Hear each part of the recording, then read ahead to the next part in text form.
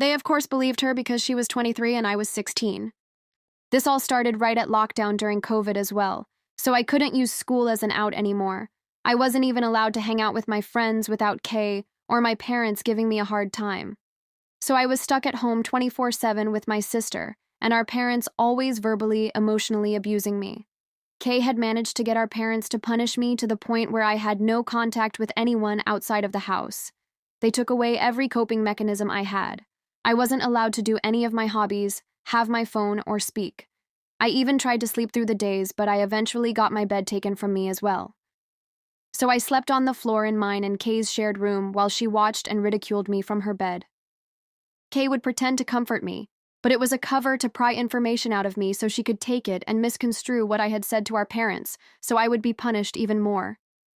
That wasn't enough for Kay, though. She ended up plotting a way to get me kicked out of our home so she could have our parents to herself. For 2 years, she teamed up with my parents to make my life hell. My parents had lost complete trust over me because Kay would contradict everything I said to our parents. Whenever I tried to tell my parents what Kay was doing, they wouldn't believe me. As a rebuttal, she started to take pictures of me naked while I slept. She kept them all in a folder in her phone and threatened me by saying if I ever tried anything like that again, she would send those photos out to people. I was mortified and scared and very much still a minor. I built up the courage to tell my parents about it, and thankfully they actually took my side and made her delete the photos. That still didn't make my parents believe me about everything else, though. Eventually, our parents believed enough of what Kay had said about me and kicked me out at 18. I wasn't even finished with high school yet. I left my home with nothing but the clothes on my back and no transportation. I had to leave my phone at home, which didn't matter because I didn't have the password to it anyways, and my mom tracked everything on it. After I got kicked out, I realized my sister had no control over me anymore and started to live my life freely.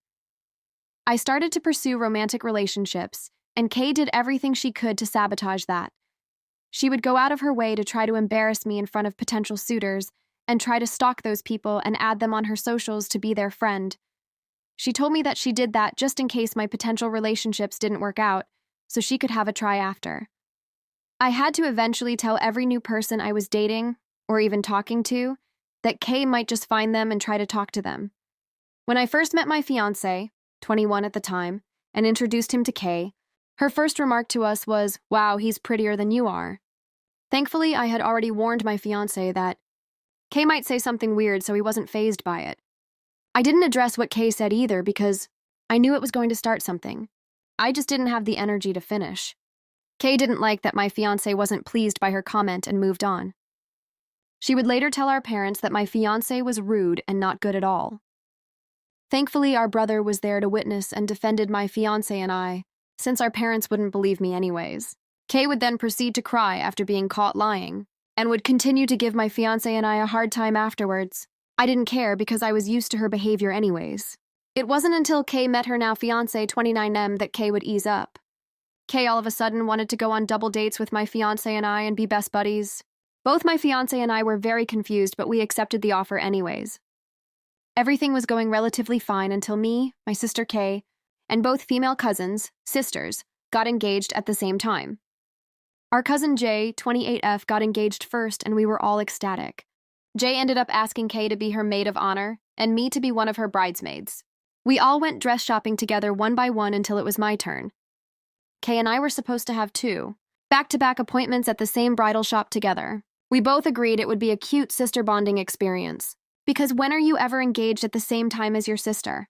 At the time, Kay had gotten into a fight with both our mom and our brother, but I was on civil terms with both of them. My mom started to go to therapy and apologized for her behavior towards me. I invited our mom and brother alongside our older sister C, 32F, and C's daughter, 13F. Right before my appointment, Kay ended up contacting me canceling her appointment because she felt disrespected that I invited said people to my appointment, knowing she was having a disagreement with them. She would then confess to me after that she didn't really feel disrespected. She just felt insecure seeing that I had more people who loved me that didn't love her.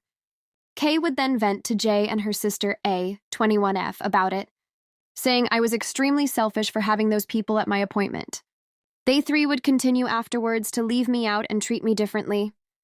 When it was Kay's turn for her bridal appointment that she rescheduled, She complained to me afterwards that the consultant wasn't as nice to her as she was to me. We had the same consultant, blaming me for how her bridal appointment turned out, which I had no control over.